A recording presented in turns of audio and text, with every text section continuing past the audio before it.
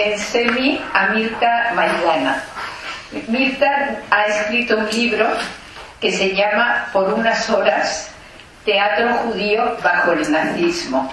Nos ha regalado un ejemplar, lo está leyendo Verónica, en cuanto termine lo vamos pasando. Mirta nació en Buenos Aires, es directora de escena, graduada en la Escuela de Arte Dramático de Buenos Aires, y también se ha graduado como actriz en la Escuela La Barraca, dirigida por el maestro Rubens Correa. Ha estudiado Sociología en la Universidad de Buenos Aires y realizado talleres y seminarios con maestros argentinos e internacionales. Durante 15 años dirigió obras teatrales y performance y ejerció como profesora de producción teatral y profesora adjunta de antropología teatral en la Escuela de Arte Dramático de Buenos Aires, como profesora de interpretación en la Escuela de la Asociación Argentina de Actores y en talleres de renombrados maestros argentinos. En España dirigió la compañía MDM. Llevó a cabo una investigación sobre mujeres judías en el teatro español y sobre lo judío en el teatro español, temas sobre los que ha dado cursos y conferencias. Inició la investigación relacionada con la Shoah y el teatro del que da cuenta este libro en el año 2008, a partir de cursos y seminarios a los que asistió en España, en Yad Vashem, Jerusalén, y en el Memorial de la Shoah en París. Ha dictado conferencias, publicado artículos en revistas de referencia y presenta ponencias en seminarios dedicados a estos temas. Y hoy tenemos la suerte de tener a Maite, que acaba de llegar, y de escuchar a Mirta. Muchas gracias, Mirta. ¿Perdón? Bueno, buenos días y muchas gracias por invitarme. Creo que tienes una voz que necesita micro. Bueno, en cuanto empiezo a tener un poquito más de confianza, me parece que ya no la voy a necesitar. ¿Sí? Bueno, este es un tema que suscita muchas preguntas. La primera es cómo puede ser que en los campos y en los guetos hubiera teatro. Primero vamos a ponernos de acuerdo en qué es el hecho teatral. El hecho teatral es solamente un actor, perdón, porque yo gesticulo mucho, un actor en actitud, en estado de representación y un espectador. Todo lo demás, todo lo que rodea el teatro y que estamos acostumbrados a reconocer, puede no existir. Pero un actor y un espectador es el teatro, ¿cierto? Desde este lugar entendemos por qué pudo haber teatro, en el sentido de que hubiera escenas que se representaran, canciones, etc. Pero entonces tenemos la otra pregunta. ¿Por qué el teatro? Porque entendemos la música. La música es amada por los judíos desde el comienzo de los tiempos. Pero ¿y el teatro? Si solamente lo que teníamos era las festividades de Purim. No teníamos otra cosa. No había una experiencia teatral, una cultura teatral. Hasta mediados del siglo XIX. O sea, tuve que irme hacia atrás y preguntarme entonces, ¿cuál es el origen de la cultura teatral judía? En el siglo XIX ocurre el movimiento iluminista judío y la Scala, digamos, el teatro no podría haber existido sin la Scala, pero la Scala no hubiera podido llegar a todos los rincones del mundo judío sin el teatro. Esto quiere decir que el teatro se convirtió en una formidable herramienta educativa. No podemos olvidarnos que en esa época la gran masa, digamos, del pueblo judío sufría y tenía, digamos, sufría una gran pobreza, una gran incultura, no tenía acceso a los libros y a los periódicos. Y la Scala usa el teatro para llegar a los pueblos y que ese pueblo se refleje arriba del escenario, porque se empieza a hablar de cosas que no se hablaban normalmente, ¿no es cierto? O sea, la intransigencia de los rabinos, el poder, la economía, todo esto, y de problemas familiares, ¿no? Se hablaba de la sexualidad, de la relación con los hijos. O sea, la premisa de la Scala era abrir el mundo a los judíos y los judíos al mundo. Entonces, los judíos cultos se convierten en dramaturgos y se comienzan a hacer obras donde el público se ve reflejado y dice, bueno, estos somos, pero podemos ser también esto otro. Y empieza la evolución cultural a través del teatro y, por supuesto, todas las demás artes, pero insisto, el teatro fue una herramienta fundamental. Tal es así que a comienzos del siglo XX había compañías de teatro yiddish en todas las grandes ciudades y pequeñas compañías que se desplazaban por los pueblos, ¿cierto? En las ciudades las compañías no solamente hacían a dramaturgos judíos, también clásicos y clásicos alemanes, o sea, sumaban a su repertorio, ¿no? Acá, donde hay que tocar,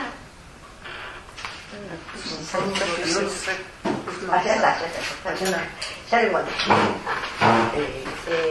Lo mueves sin levantar el dedo, lo que hace cuando... Muchas gracias. Acá vemos el cartel del Teatro Ararat. El Teatro Ararat era un teatro vanguardista, como lo muestra su cartel, y estaba dirigido por un poeta, director y dramaturgo, Moshe Brodinson, que era un hombre de mucha, digamos, inquietudes, y podíamos decir que era un vanguardista total, ¿no? Sus puestas eran movían todo lo conocido hasta ese momento, y esto estamos hablando de los años 30. Luego en Lodz hubo un grupo teatral que se llamó Ararat, y el teatro donde hacían sus funciones se llamaba Avantgarde, ¿no? Era la sala de cultura del gueto. En esta imagen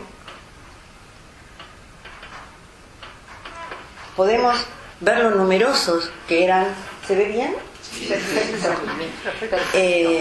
Podemos ver los numerosos integrantes de los elencos de Vilna y de Lodz.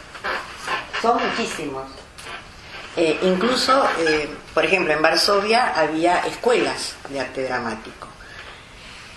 En Vilna, y lo tenemos, este es el grupo. En Vilna se crea una compañía que hace historia en todos los escenarios donde se presenta, que se llamó la Vilner Troupe, y también era expresión de vanguardia, ¿no? Y tenía una altísima calidad profesional, altísima. Su director, Mordejai Mazo, y muchos de sus actores fueron asesinados en Varsovia, en Treblinka y en Auschwitz. Yo voy a ir comentando esta situación, porque de esto se trata, de nombrarlos, homenajearlos y saber qué fue de ellos.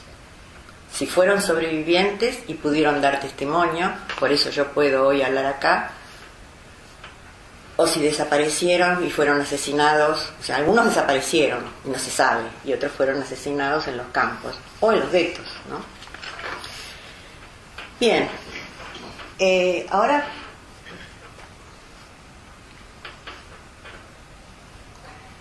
aquí vemos algo muy importante, porque empieza a haber teatros, ¿no es cierto? O sea, edificios. Acá tenemos un cine en Varsovia, que era el que más teatros tenía. Tenemos el cine teatro de la calle Siedlna, Y este teatro, el Novosti, es el teatro que hereda Ida Kaminsky de su madre Raquel. En este teatro, la compañía de este teatro fue famosa en todo el mundo. Sus giras eran exitosísimas. Hacían todo tipo de repertorio, pero fundamentalmente judío. Y toda Europa, Europa Central, Europa del Este, Estados Unidos, Latinoamérica. O sea, en Buenos Aires, Argentina, por ejemplo, yo tengo un libro sobre el teatro yiddish en Buenos Aires, y es extraordinaria la cantidad de veces que fueron, porque había un público entregadísimo, ¿no es cierto? Y así, bueno, aquí tenemos a dos de estos actores, Turkov y Diana Blumenfeld, y la del centro, Esther Goldenberg. Estos tres actores, elegí esta foto, no es que haya demasiados, pero elegí esta foto porque estos actores los vamos a encontrar en el gueto de Vilna, el gueto de Varsovia, haciendo trabajos sociales y brindando su arte en casi todos los teatros. Aquí es el comienzo de su carrera, ¿no? Y como ven, teatro judío, porque es de Yehuda Singer, y lo que hacen es Moshe Kalb, ¿no? Bien.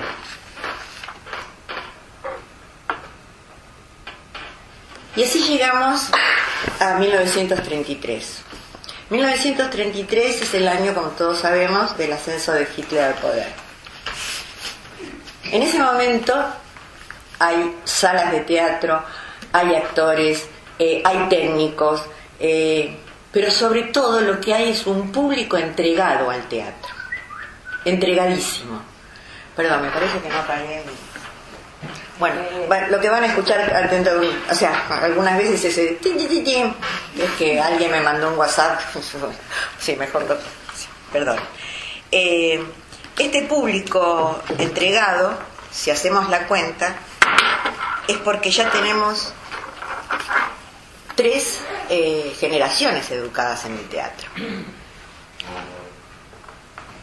Disculpen.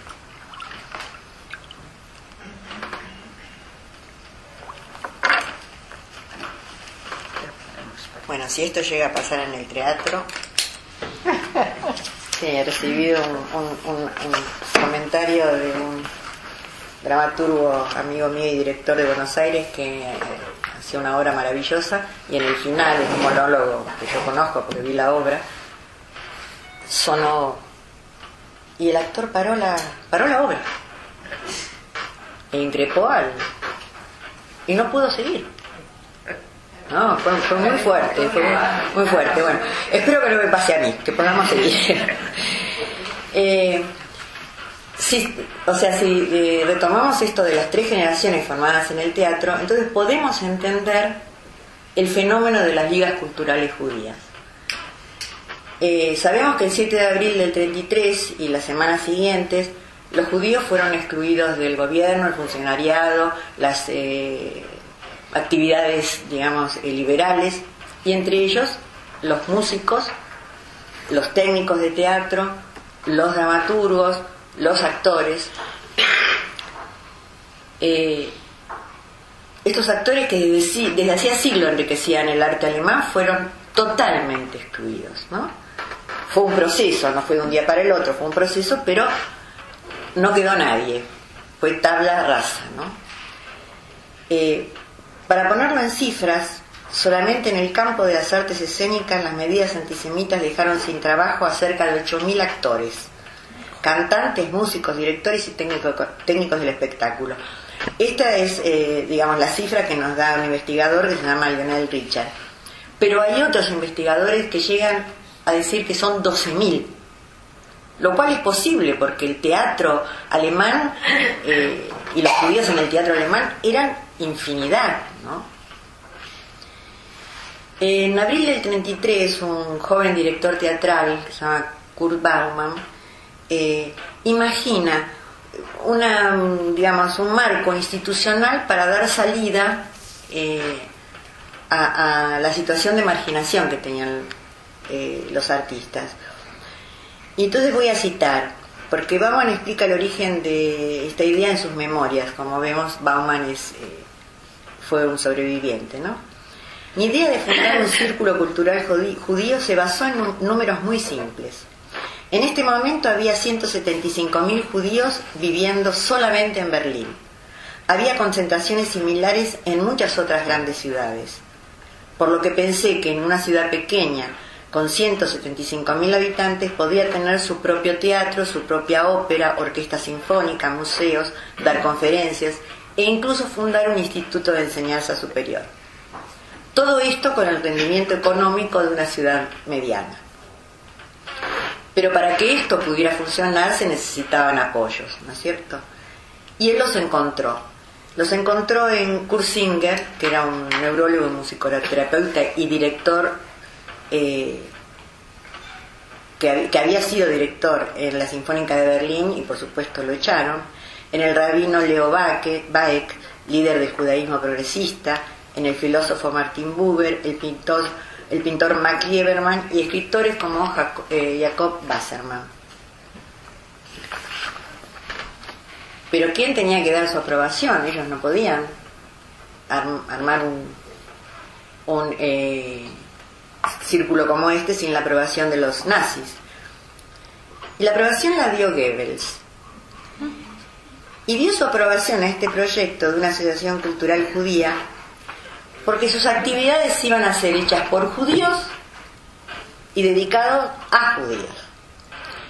De esta manera se pone en práctica una idea de la que se apropia Goebbels, pero que no es de Goebbels, es de un subordinado de él, que se llamó Hans Hinkel, que no hay tiempo para hablar de él, pero es todo un personaje. Y digamos, esta idea era nada más ni nada menos que la guetización de la cultura judía. El 20 de mayo se presentan los estatutos. Leemos, cito: la Liga Cultural de los Judíos Alemanes persigue el fin de cultivar los intereses artísticos y científicos de la población judía y de esta manera dar trabajo a los artistas y científicos judíos.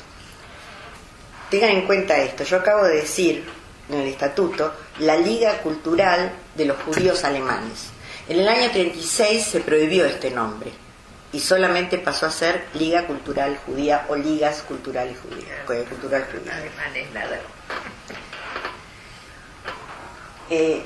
Este es el primer edificio, el primer teatro que tiene las ligas, es el Theater Berliner, y como ven es absolutamente maravilloso. Adentro realmente también, no quiero traer todas las fotos, pero ya se imagina, ¿no? Y aquí tenemos al Consejo de Dirección. En el centro tenemos a Kurt Singer, que era el administrador, por estatutos, era el administrador. Aquí tenemos a Lavie, que fue el responsable, que era el secretario general, y aquí tenemos a Weiner, que fue el responsable teatral.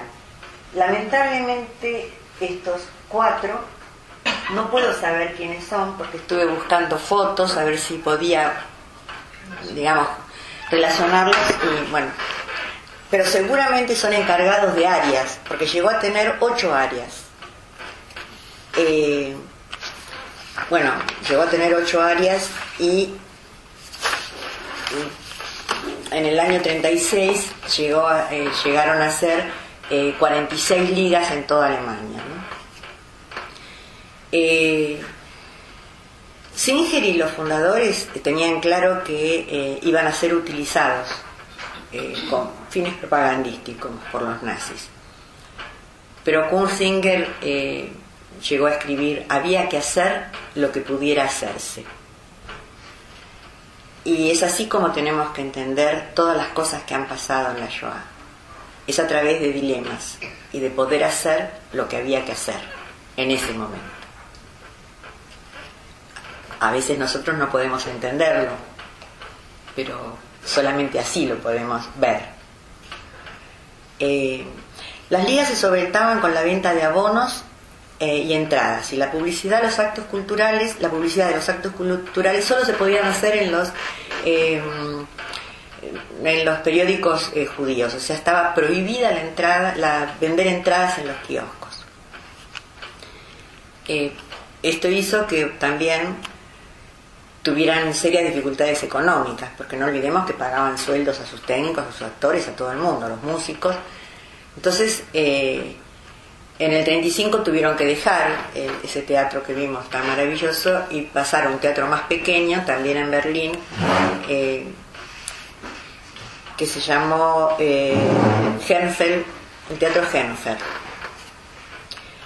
Como ya les dije, en el 35 la Asociación Cultural Judía tenía 46 filiales en otros tantos pueblos. Acá tenemos, ¿no? Y había dos importantes, la de Rheinrum y la de Berlín. Acá vemos a Marion Koegel, era una actriz era una cantante, que como acá dice, después de hacer una gira por América, se presenta en las ligas, que era el único lugar donde se podía presentar. Marion es sobreviviente porque pudo salir en el 38 a Estados Unidos.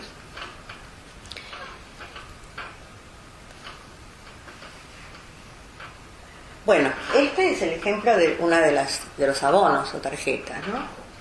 Y acá tenemos, no sé cómo se lo ve, porque yo lo veía tan chiquito. Acá. Se le ve muy bien. Sí. Se ve bien, sí. Aquí tenemos a Kurt Kasch. Kurt Kasch fue un gran actor que dio vida al personaje de Natán, porque la primera obra que se estrena es Natán el Sabio. Claro, es una obra significativamente elegida, porque sabemos de qué trata, ¿no? Trata de tolerancia entre las religiones, y que toma como modelo moral a Moses Mendelssohn, ¿no? El primer traductor de la Biblia hebrea al alemán. Por lo tanto es un estreno, quiero pensar, muy elegido, ¿no?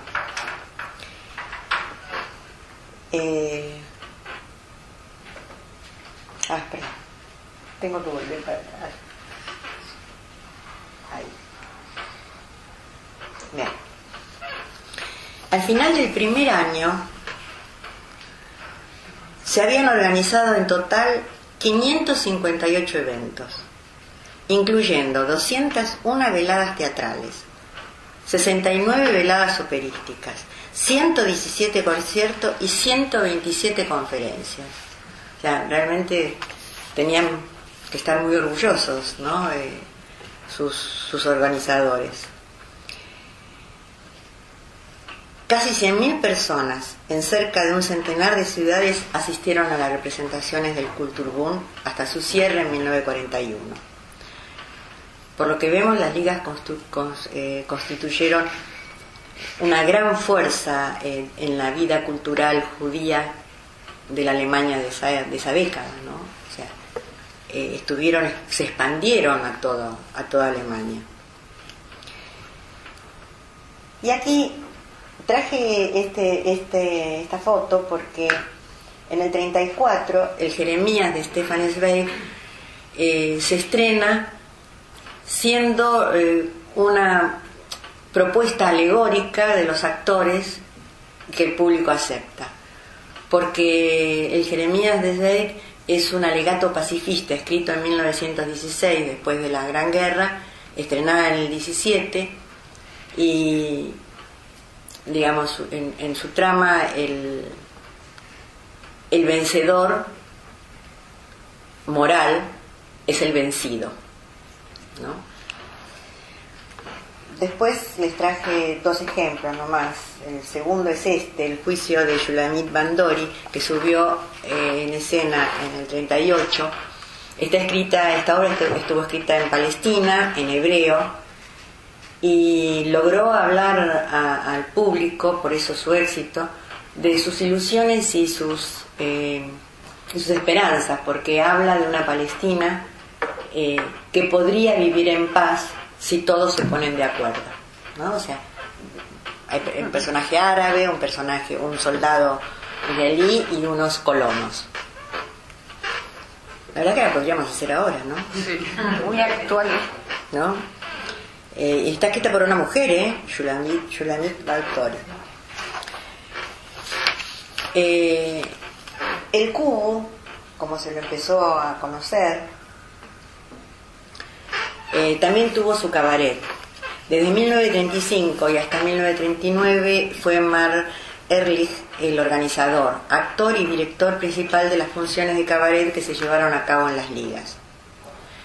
Tenemos que destacar que Ehrlich, que ahí está en personaje, que Ehrlich fue en los años 20 una gran figura del cabaret berlinés, y era muy amado por el público alemán. Quizás por eso se le permitió dar funciones en un café que se llamaba el Café León, en una calle muy céntrica de Berlín, y ese fue el espacio donde el Kulturbund daba sus funciones de cabaret. Después de la Noche de los Cristales Rotos, Ehrlich decide exiliarse a Holanda, donde había una filial del Kulturbund que se llamaba Teatro de las Celebridades. Cuando los nazis invadieron Holanda, fue recluido en el campo de Westerbork y fue asesinado en octubre del 44 en Auschwitz. En este programa, a ver si se puede dar. Mire, sí. No te preocupes, que se ve muy bien, ¿eh? En este programa, es un programa de enero del 39, ¿no? Y podemos ver que en el 39 todavía tenemos anunciantes. Este anunciante es la propia comunidad que pide ropa de invierno. De cursos de manicura y peluquería, de confección de sombreros, de... ¿Cuál semi? Oye, que todavía tenemos muchos sombreros, Pero teníamos un anuncio de una sombrería. Sí, pero terrible que en una obra teatral haya que pedir ropa a la comunidad, que tenga que poner un cartel pidiendo ropa. ¿Quién, aquí ahora? Terrible. No, allí. Y bueno, pero así era. No anunciando el baile de primo. Claro, no, en el 39. Bueno, pensemos que en el 39 ya toda digamos, económicamente ya todos estaban bastante mal, ¿cierto? ¿Quiénes podían donar ropa? Los que iban al teatro, porque eran los que tenían dinero para pagar la entrada. No pude encontrar en ningún lugar que habla de las ligas judías, que no son muchos, cuál era el precio de la entrada. Pero seguramente, fuera lo que fuera, había que pagarlo, ¿no? En esa época. Acá, por ejemplo, un Expreso, una agencia de viajes y Expreso, que eso no se ve, pero que va a Norteamérica, a Sudáfrica, a Palestina y América del Sur, ¿no? Los 4 lugares donde... Y pone Palestina, ¿no? Sí, Palestina. Palestina, el primero. Y acá hay algo muy interesante que me sorprendió, ¿no? O sea, me sorprendió encontrarlo aquí, ¿no? Porque sabía históricamente que ocurría. Fíjense que a los nombres de las actrices está agregado Sara. Y al nombre de los actores está agregado Israel. O sea que ya en ese momento, bueno, lo sabemos por la historia, pero también en un programa de teatro judío tenía que ponerse, no podía evadirse eso, ¿no? El 11 de septiembre de 1941 se comunica a los directivos del Cubo la prohibición de seguir dando funciones, ¿no? Entonces, la decisión de prohibir la organización coincidió 2 meses después con la llamada solución final de la cuestión judía que Goering había confiado a Heydrich. La ley que se invocó para justificarla, sin embargo, no fue digamos, esta orden.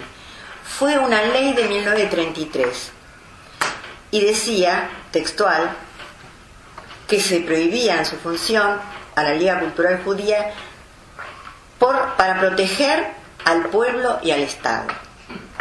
Esto quiere decir que el Estado alemán consideraba que las ligas eran peligrosas. Ustedes me dirán. Ustedes, no, porque no entraban gentiles, solamente para judíos. Y a su vez, ¿por qué pudieron hasta ese entonces funcionar? Porque una de las cosas a las que se comprometió Goebbels a través de Hinkel fue proteger el teatro.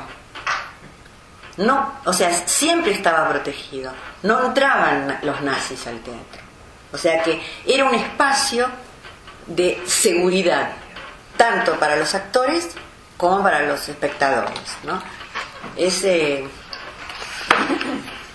Porque si no, no hubiera podido. Porque la pregunta que nos hacemos es: ¿cómo pudo estar hasta el 41? ¿No?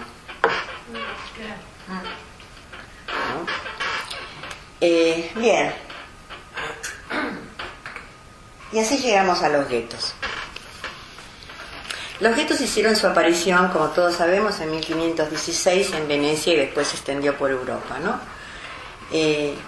Pero mientras esos guetos eran para proteger de los desmanes nocturnos, digamos, a los judíos, los guetos de los nazis, como todos sabemos, fue el paso fundamental para la deshumanización y el exterminio en masa de los judíos. Pero fundamentalmente, lo más importante era su deshumanización. Consecuencia, la muerte. Pero lo importante era esto. Por eso la importancia del teatro. Porque el teatro reafirma la condición humana, reafirma la dignidad, lleva al prisionero a un momento, a un espacio que no es este actual y que le permite diferenciarse de su opresor. Como diría Fanon, ¿no? Fanon decía que no se puede juzgar al prisionero con los mismos parámetros que el opresor, porque si no, el prisionero termina siendo el opresor, o sea, termina construyéndose en relación al opresor, y no es así. Y el teatro fue un espacio donde los judíos pudieron encontrar esta dignidad, ¿no? La comunidad de Lodz,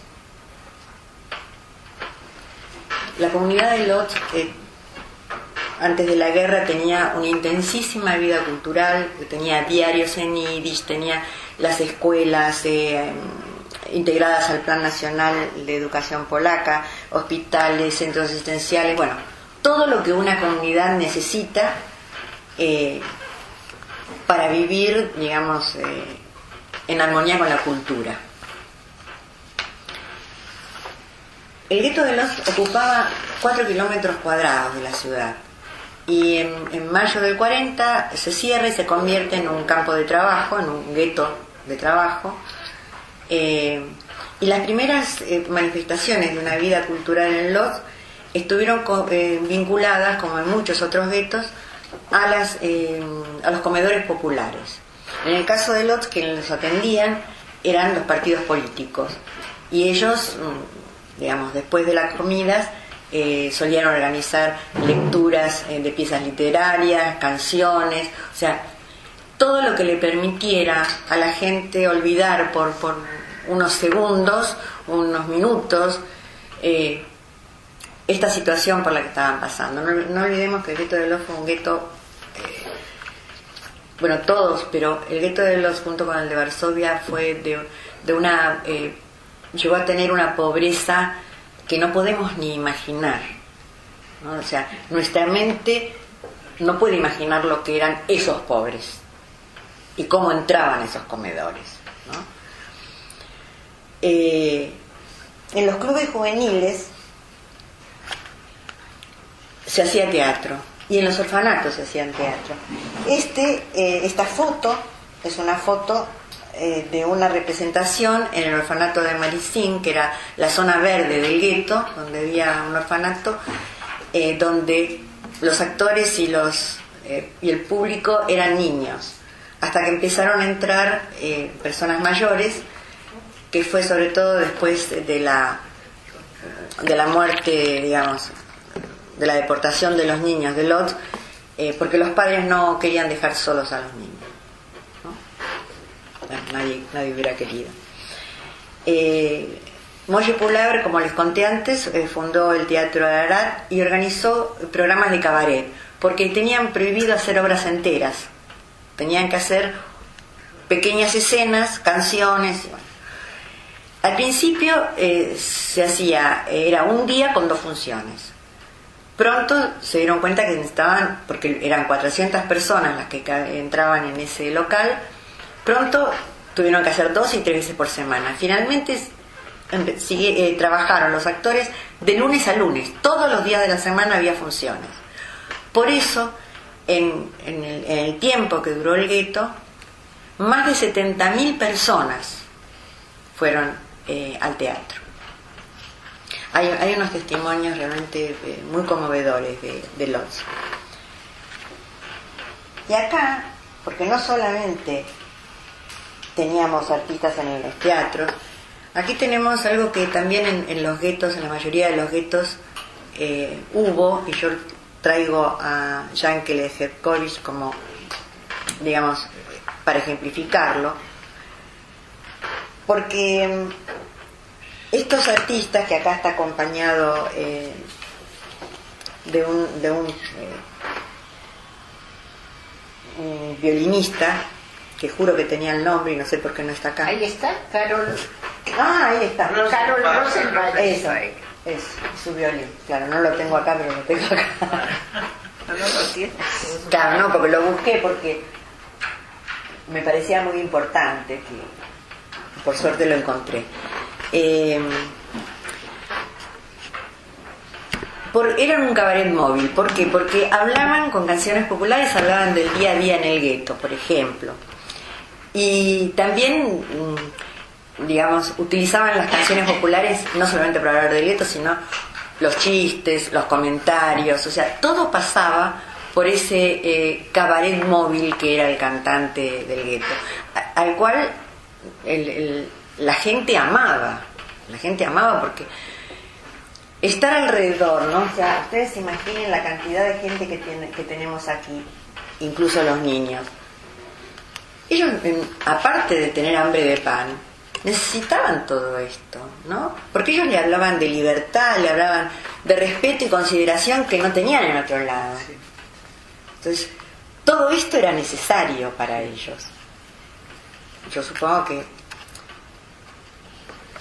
por ahí es muy fuerte decir tanto como el pan, pero sí, ¿no? Bueno, y llegamos así a Teresin.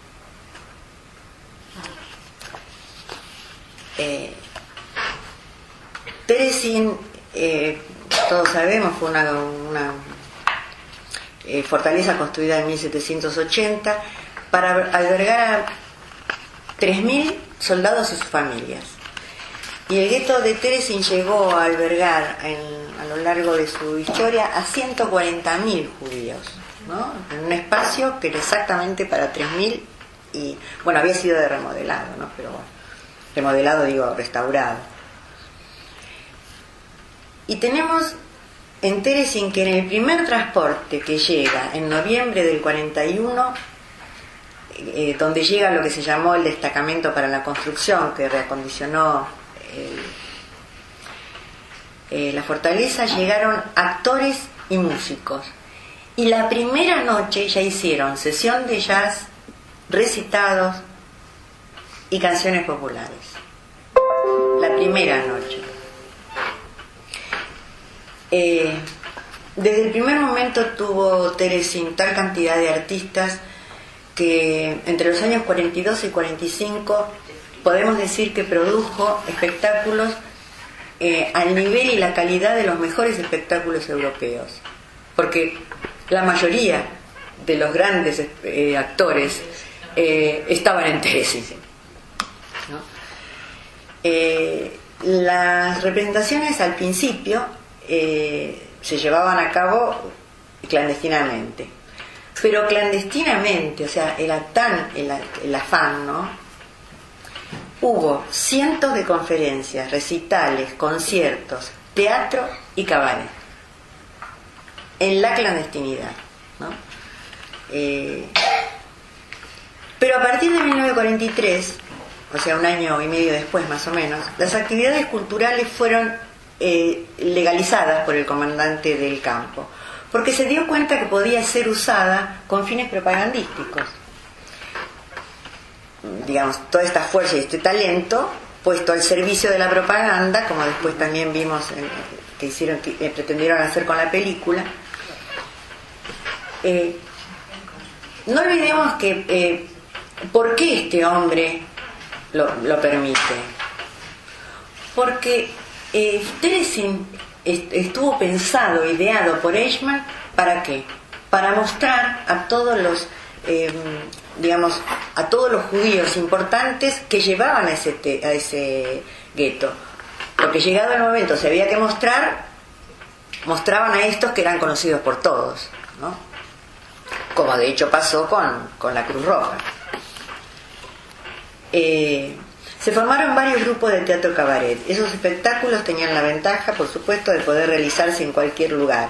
Las escenografías, cuando las había, eran portátiles y sobre todo no requerían espacio. Esto lo vamos a llevar por todos los guetos y lo vamos a llevar por los campos, porque en todos los testimonios aparece esto. En el teatro, por citar algunas obras, porque se hicieron muchísimas, voy a nombrar una de Jelinek que se hizo al estilo de la comedia del arte, que se llamó Trap o comedia de una trampa. Vlasta Jonova estrenó La voz humana de Cocteau y fueron representados El oso y la boda de Chekhov, insisto, entre muchas otras, ¿no? El 26 de octubre del 42 comenzaron los grandes transportes desde Teresin a Auschwitz-Birkenau.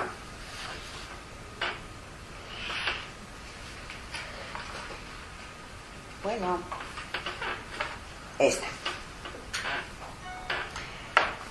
En la historia del Requiem que se hizo en Teresin, disculpen, la tengo que mirar acá porque era tan chiquita. Miren, bueno, no se ven mucho las caras, pero miren la cantidad de mujeres, ¿no? Y los hombres. Bueno. La historia del Requiem de Verdi, ejecutado y cantado en Teresin, es tan trágica como irónica. ¿Por qué trágica? Schechter, que fue su director, comenzó a gestar la idea en 1943. ¿Y por qué un Requiem cristiano? Porque en las manos de él se iba a convertir en un alegato que expresaría una exaltada fe en la justicia en la tierra. Esto era lo que él se proponía. Y pensaba que con el Requiem lo iba a conseguir. De hecho, lo consiguió. ¿Pero por qué trágico?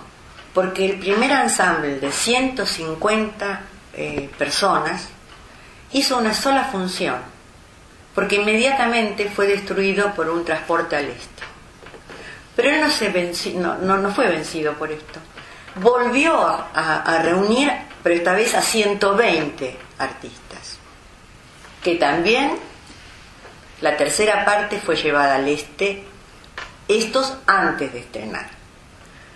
Finalmente, él reúne a un elenco más chico, de alrededor de 60 personas, que debe ser este. Y con este logra conservarlo durante 15 funciones.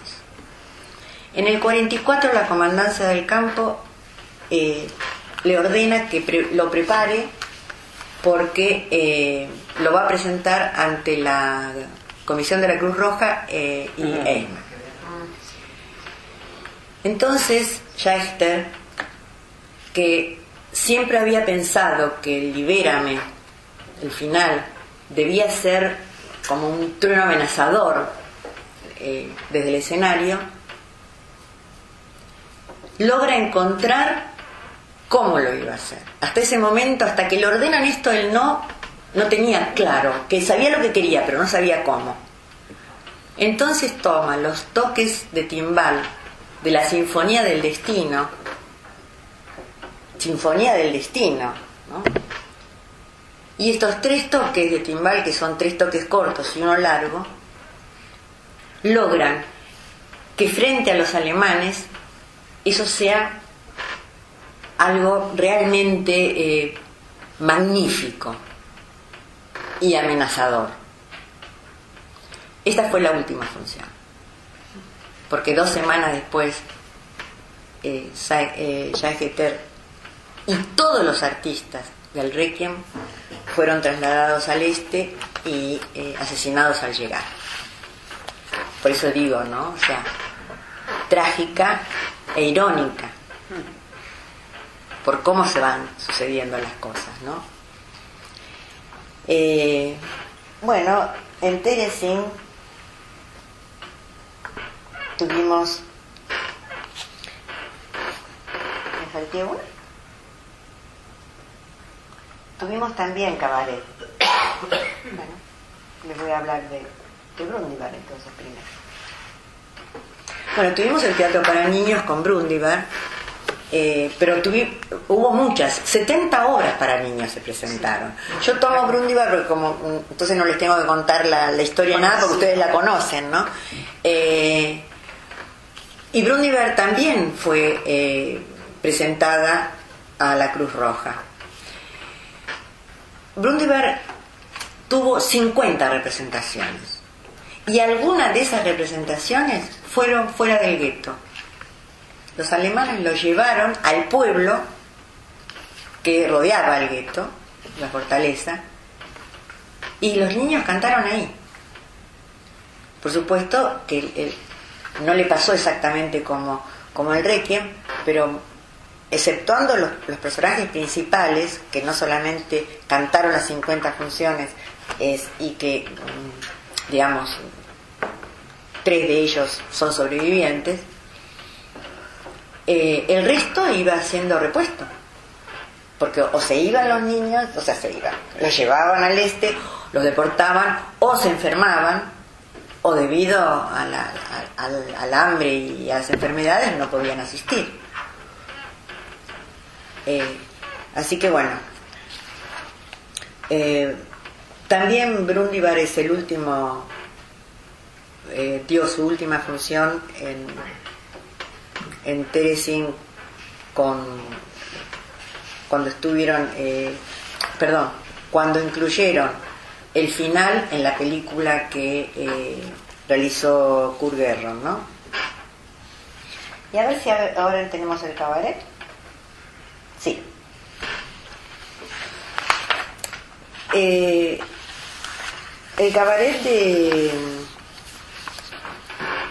de Karen Sven, acá vemos, no hay fotos, pero vemos quien dibuja en acuarela un ensayo.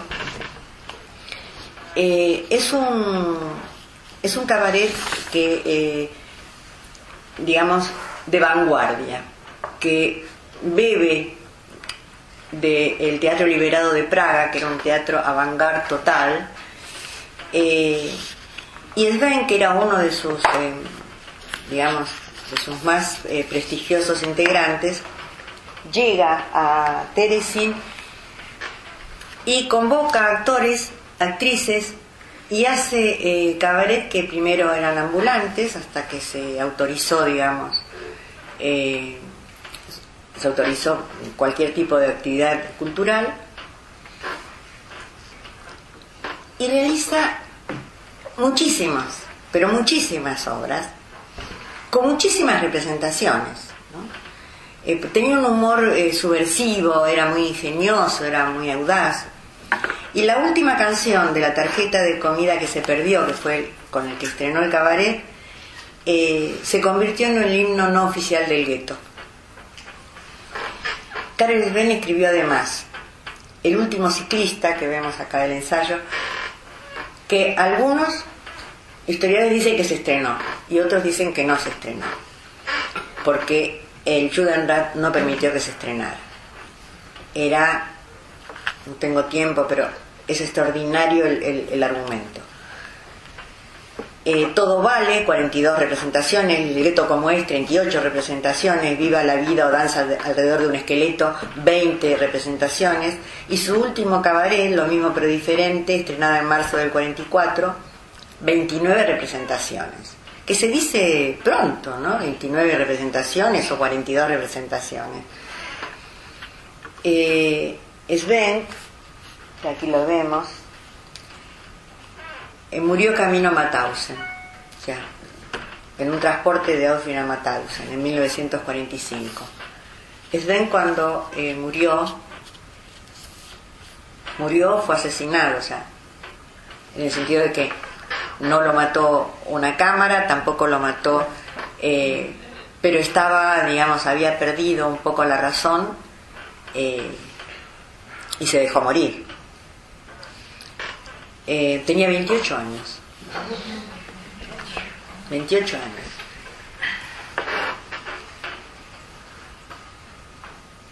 En este cartel, bueno, qué lástima, pensé que se iba a poder ver. Tenemos muchísimos nombres que hicieron famoso el teatro de Terezín.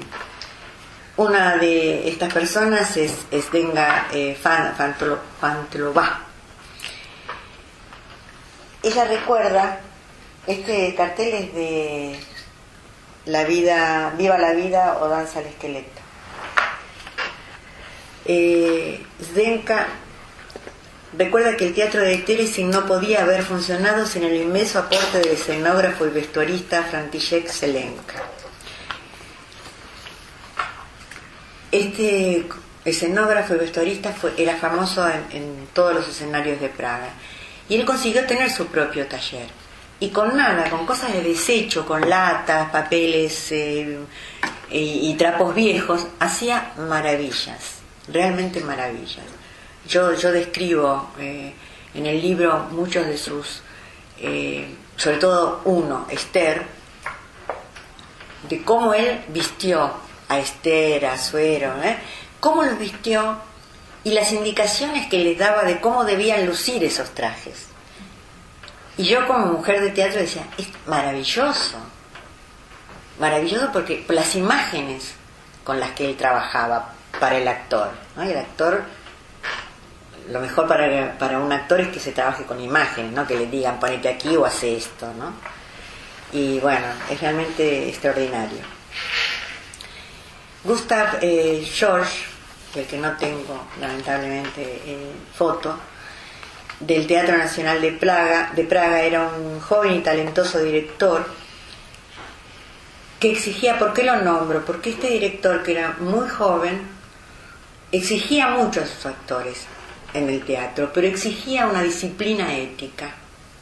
Él decía que después de ocuparse de todo lo necesario para los demás, se podía trabajar en el teatro. O sea, sus actores debían trabajar para la gente del gueto, ¿no? Él fue el que dirigió, entre muchas otras obras, El matrimonio de Gogol, que fue todo un éxito, y esta es la escenografía de Zelenka.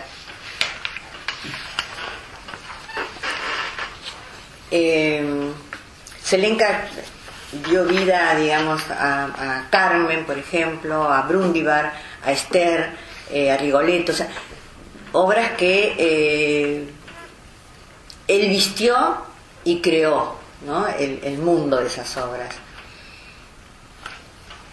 Fue asesinado en Auschwitz en octubre del 44 junto con su hija, con su esposa y su hijo. Tenía solamente 40 años.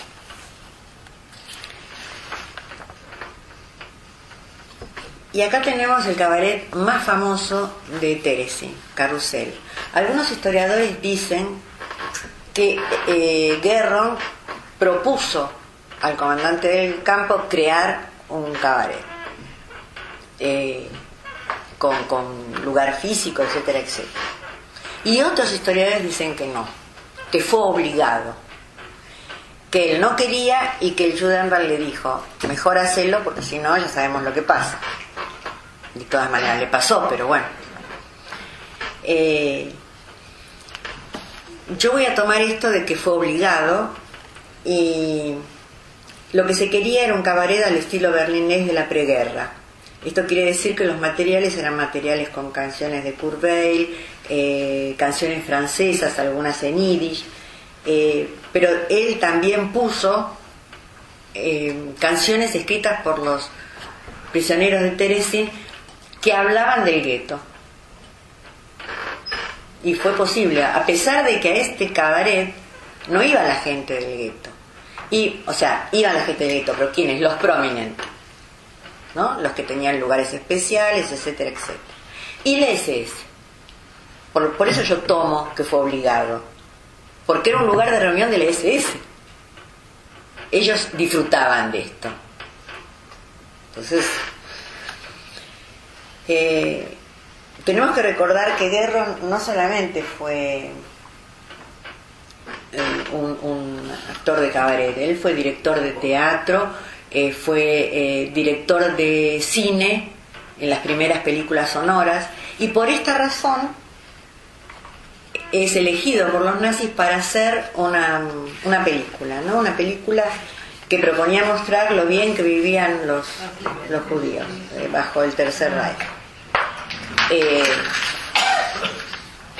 Esta película supuestamente no fue completada y existe en forma fragmentaria, ustedes la pueden ver en YouTube, ¿no? Si ponen el Führer regala a los judíos en una ciudad, le salen, son 15 entradas creo que tienen.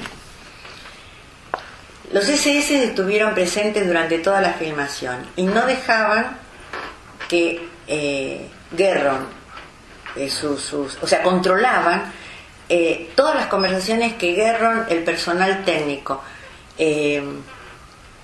y los actores podían tener. Gerron nunca tuvo un guión. Le decían lo que querían que hiciera y esperaban que él lo hiciera. O sea, él nunca vio la película, nunca vio una escena. A él le decían, filme esto, y él iba y filmaba, ¿no? Bueno, por supuesto, Gerron fue uno de los que fueron llevados en octubre del 44 a Auschwitz. Y les traigo esto porque a mí me parece realmente algo que extraordinario, ¿no? O sea, cómo pensaban y lo que hacían. En el 41, en el gueto se prohibieron los instrumentos. Entonces, el Rabbi Ehrlich, que era el responsable de lo que se llamó la coordinación o la organización del tiempo libre, encuentra en un patio, una vez que el gueto, porque en el gueto hubo un momento en que convivieron gentiles y judíos, Senderos políticos, hasta que fueron, digamos, hasta que los llevaron a otro lugar, o sea, o a otro lugar del gueto, creo que se llamaba la Fortaleza Chica, ¿no? Sí. Y cuando esta gente se va, hay todo un reconocimiento de esos lugares para ocuparlo, y encuentran un piano. Pero ellos no podían tener instrumentos. ¿Qué hace? Erich Weiner dice que gracias a la habilidad de Pick, maravilloso Pick, que no sabemos más que esto, desmonta el piano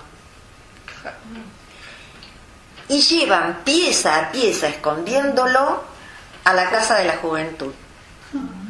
Y allí, gracias a la habilidad de Pick, se reconstruye.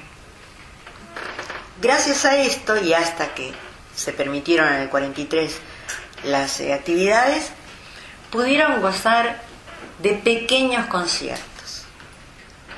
Pero no solamente de pequeños conciertos, porque este maravilloso Schechter trabajó durante un mes y con cantantes puso La novia vendida de Smetana. Los testimonios que hay de esa de esa primera función es algo emocionante, porque para los chicos esta obra es una obra emblemática. 25 funciones hicieron. ¿Cómo la cantaban? Las 25 funciones con lágrimas en los ojos, los cantantes, el que tocaba el piano, porque era lo único que podían usar.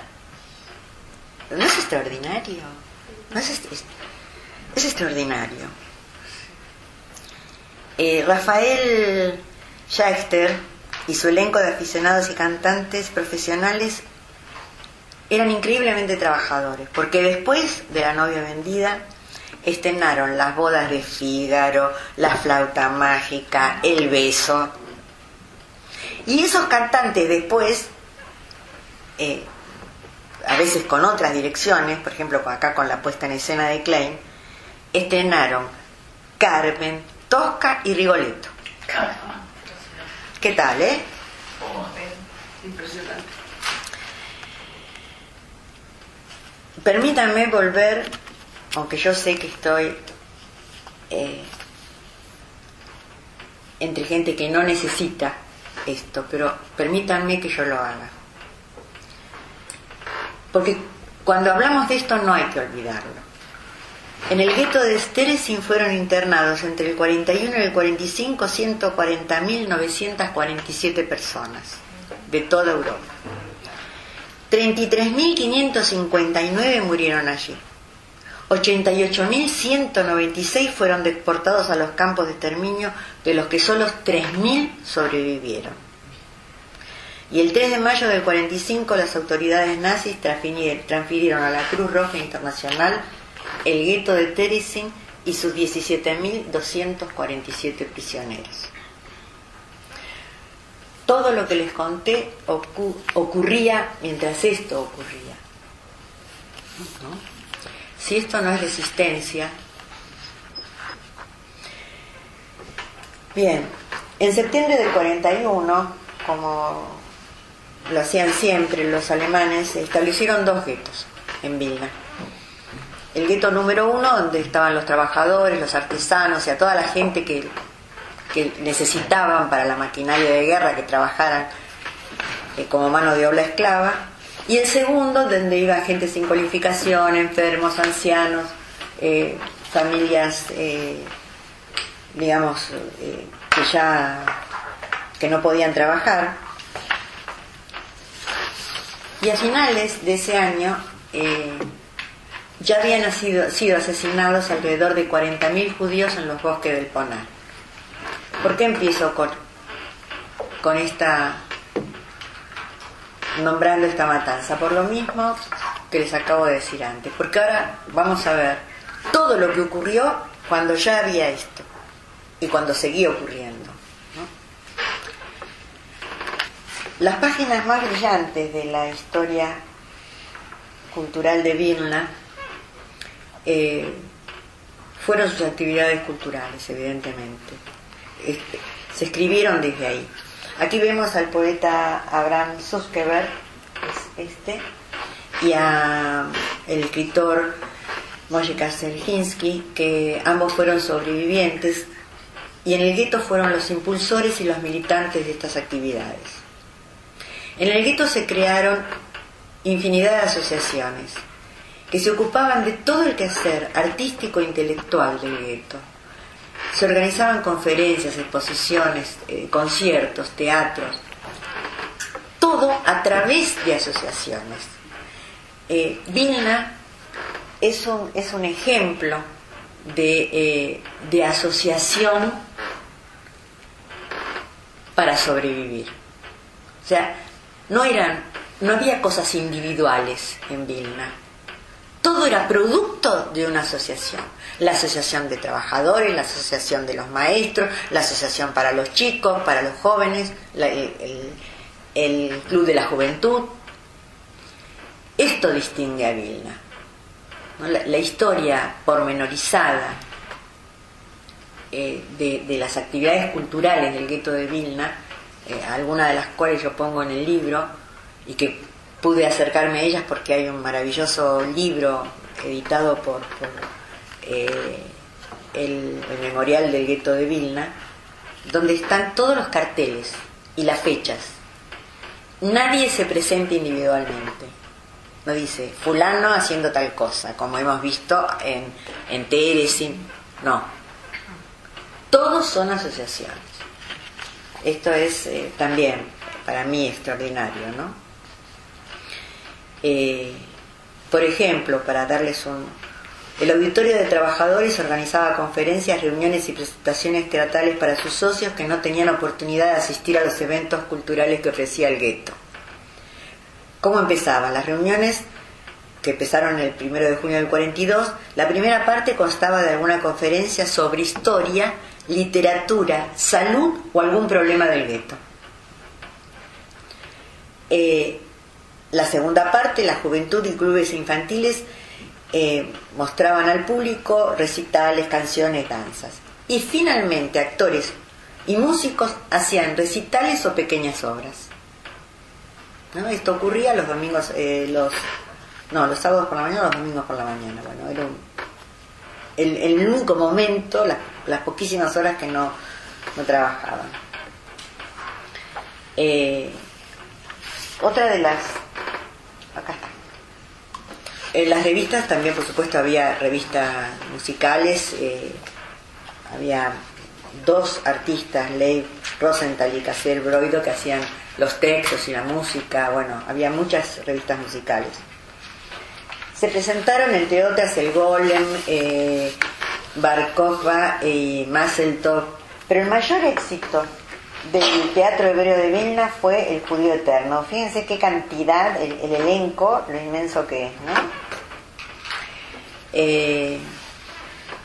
Fue estrenado en el 42, es una obra de David Pinsky y tiene una historia preciosa, porque la biblioteca del gueto, que era muy rica, todos sabemos que la biblioteca de Vilna era extraordinaria, no tenía el texto de esta obra. Entonces unos sionistas, ¿no?, de la asociación de sionistas, porque había asociación de sionistas, ¿no?, eran muy entusiastas. ¿Qué hicieron? A través de la memoria recuperaron el guión y entonces lo entregaron a los actores y así se pudo estrenar. Se estaba ensayando Tevi el Lechero cuando fue interrumpido por el comienzo, digamos, de la liquidación del gueto, porque se reanudaron en septiembre del 43. Y acá les muestro a una jovencísima cantante que empieza su historia, digamos, como artista en el gueto de Vilna, que hace muy famoso un tango, que también lo pueden escuchar por YouTube. El tango es Mein Leben ewig, escrita por Broido, y la versión que hay en YouTube creo que se llama Judither Kapell, es maravillosa. A través de este tango ella se hace muy famosa en el gueto, ¿no? Y muy querida. Entonces ella crea un personaje que es la huérfana Pelle, que habla de los huérfanos del gueto. Ella sobrevive a la guerra y es una de las artistas que dan funciones en los campos de desplazados, ¿no? O sea, ella sobrevive porque va a Palestina y de Palestina vuelve a Alemania y trabaja para ellos. Como vemos, el gueto fue un espacio más de afirmación de la dignidad humana, como hablábamos antes. Y Hermann Krug, que al principio de estas actividades se oponía porque decía que no se podía hacer, la famosa frase, no se puede hacer teatro en un cementerio, al final en el diario del gueto de Vilna escribe, refiriéndose al teatro, cito: la vida es más fuerte que cualquier cosa, el pulso de la vida ha comenzado a vencer en el gueto.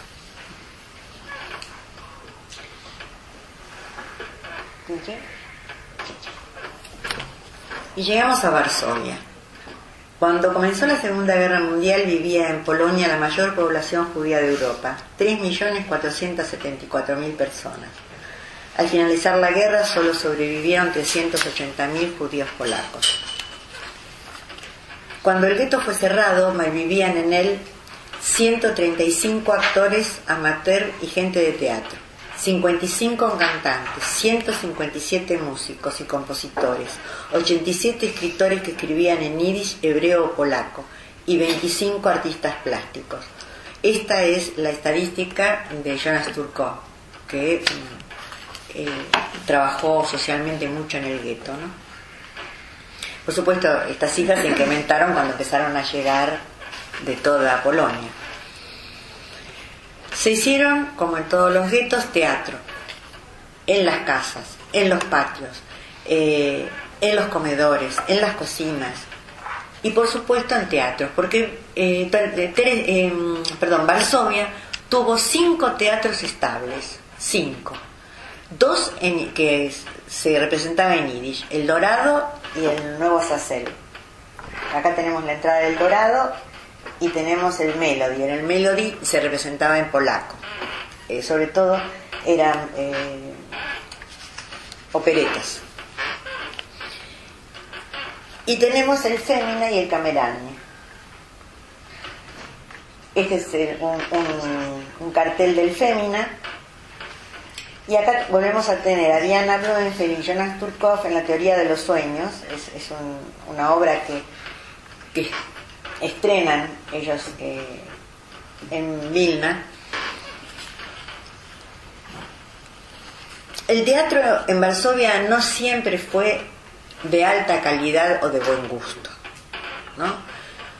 Se hacía mucho vodevil barato, digamos. Pero esto formaba parte de la política, ¿no? Así como en Vilna nosotros vemos que son asociaciones las que hacen teatro, en Varsovia el teatro se debe a los contrabandistas, se debe a lo que podíamos llamar la mafia del gueto, que ganaba muchísimo dinero y ¿dónde lo gastaba? Al principio fue en los cafés, pero después directamente montaban teatros. Y no obstante hubo un proceso de elevar esto, sobre todo Diana Blumenfeld trabajó mucho sobre esto, y se hacía en un salón que era del Judenreich, ¿no? Bueno, los artistas y amateurs que no pertenecían a, digamos, que no tenían el carnet de trabajo que daba el Judenreich o la Comisión de Cultura del Judenreich, tenía que trabajar en las casas, en los desvanes. Bueno, acá tenemos el cartel del Dorado y acá tenemos a Regina Kucker, que como ven está en este cartel. Era una actriz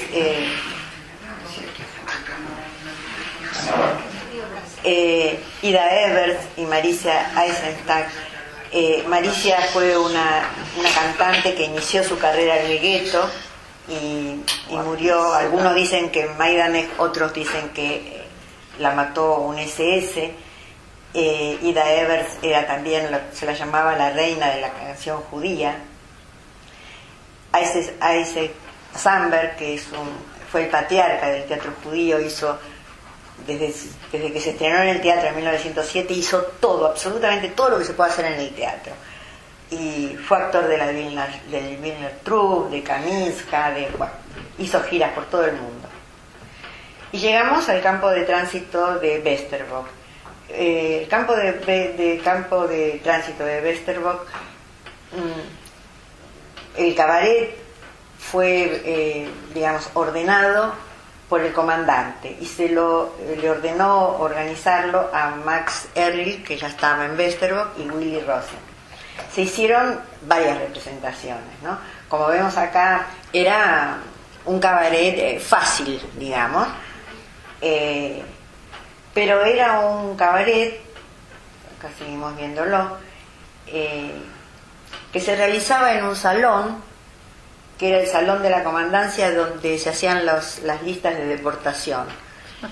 Y el escenario era un escenario que fue construido con tablas de la demolición, o sea, de la destrucción de una sinagoga de un pueblo cercano. Y el comandante era tan amante del teatro, hizo traer luces, pero todo el campo sabía que lo que estaban pisando eran las tablas, porque no lo ocultó, ¿no? Bueno, en el 42 el campo de Westerbork se convierte en un campo de tránsito hacia el este. O sea, se empezaron a deportar, pero no solamente salían hacia el este, también de Westerbork fueron muchos satéres. Los actores también llevaban la estrella cuando estaban en el escenario. Sí, por eso pongo saludo final, porque fue el final, la última función del campo de Westerbork. Entonces están todos los actores en escena saludando. Bueno, llegamos así a Auschwitz. No hace falta que digamos cuáles son las condiciones de los campos de concentración. Sin embargo, en Auschwitz y en muchos otros, no solamente en Auschwitz, ¿no? Así como en muchos otros guetos, el teatro estuvo presente desde lo que el arte les decía. Un actor, un espectador. Iban de barraca, o sea, Moishe Potanchinsky, no quiero olvidarme los nombres y quiero decirlos porque este es mi homenaje, ¿no? Que un nombre sea dicho, aunque la cara no esté, con otros, digamos, no actores, sino sus ayudantes, recorrían las barracas, recitando, cantando, haciendo pequeñas escenas. A veces el pago era un cigarrillo.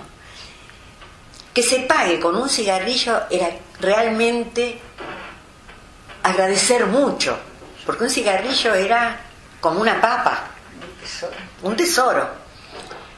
Y en el campo de las mujeres, por ejemplo, la mujer también de Potanchinsky, Mila Bates, también recorría la barraca con otras actrices y se iban turnando y corrían de una barraca a la otra. Yo acá traje o sea, bueno, vamos a hacerlo por acá. Traigo, por ejemplo, en Dachau, las barracas, porque eran los lugares donde se hacía y donde iban de un lado al otro, ¿no?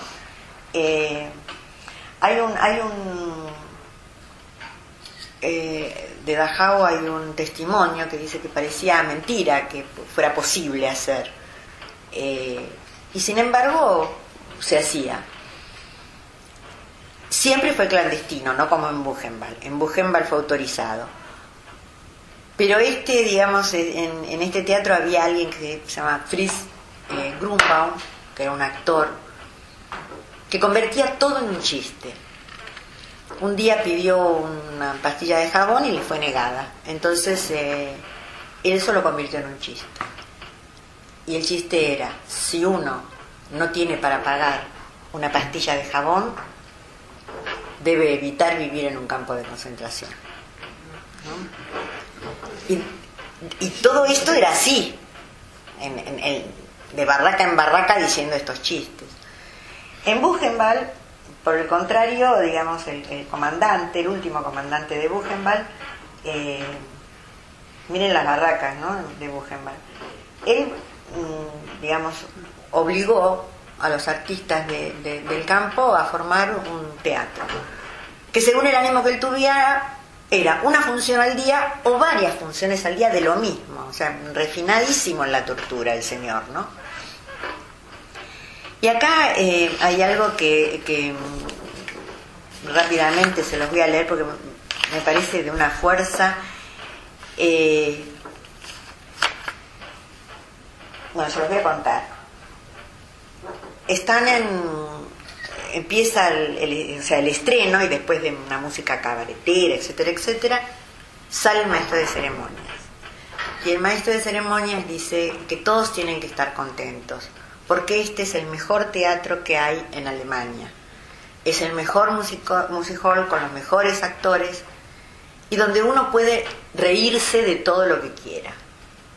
Porque afuera, este es el único teatro libre de Alemania, porque afuera el actor y el espectador corren el riesgo de terminar en un campo. No, si se ríen, corren un riesgo del que nosotros no tenemos que preocuparnos. Por supuesto, que dice que el público quedó, porque siempre estaba la SS ahí, que el público quedó suspendido. Esto es un testimonio de Kurt Daniel.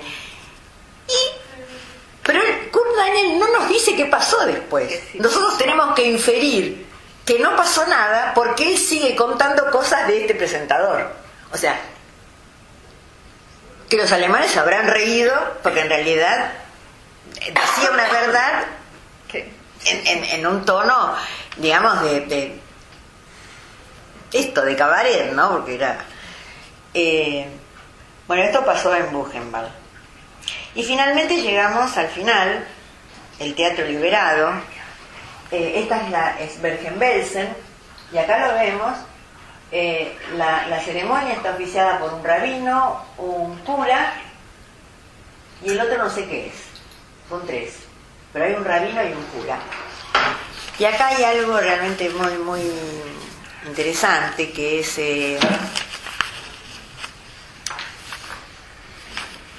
es como en el teatro, lástima que acá está.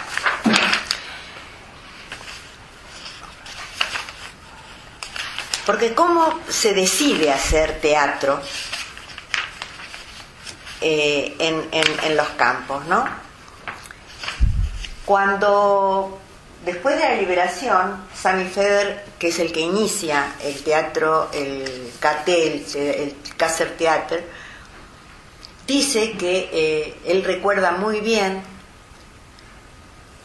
que, no me acuerdo del día, entran los americanos y por el altoparlante del campo dicen: somos el ejército americano, prisioneros de todas las naciones, son ustedes libres. Y que hubo un teniente judío que en yiddish preguntaba: ¿es usted judío? ¿Es usted judío? Y los pocos que se pudieron levantar le hablaron en yiddish, y él los abrazó llorando y los bendijo. Esta escena teatral, porque es muy teatral, por eso la traigo, fue el comienzo, digamos, de la explosión teatral en todos los campos liberados de Alemania donde había judíos. Inmediatamente empezaron a organizarse culturalmente y crearon un teatro, el Kassertheater, que no tenía textos, no tenía música, pero recordaban todo lo hacían a través de la memoria y con lo que encontraban. Fue tanto el éxito que tuvo que terminaron haciendo giras, pero no solamente giras por los otros campos, sino giras directamente, digamos, a París. Bueno, este es el logo, tenían un logo, miren qué maravilla, el campo, las máscaras. Este es el elenco del Kassertheater. Y acá vamos a ver los carteles. Bueno, no quiere decir. Ahí está. Los carteles de Medida por Medida del 46 y en París del 46 también. Pero estuvieron en Bruselas, estuvieron en muchas capitales europeas, ¿no? Bueno, con esto llegamos al final y lo único que me resta decir, lo fui desplegando a lo largo de digamos, de este encuentro, es que esta gente resistió con las armas que tenía. Que esto es resistencia, como muchas otras cosas. Pero en los años 70, Yehuda Bauer solamente decía, antes del 70 decía que la resistencia era armada. A partir de los 70, él abre el abanico, ¿no? Y entra a lo cultural, toda aquella fuerza que se opone al designio de deshumanización de los nazis. Esto es lo que hicieron.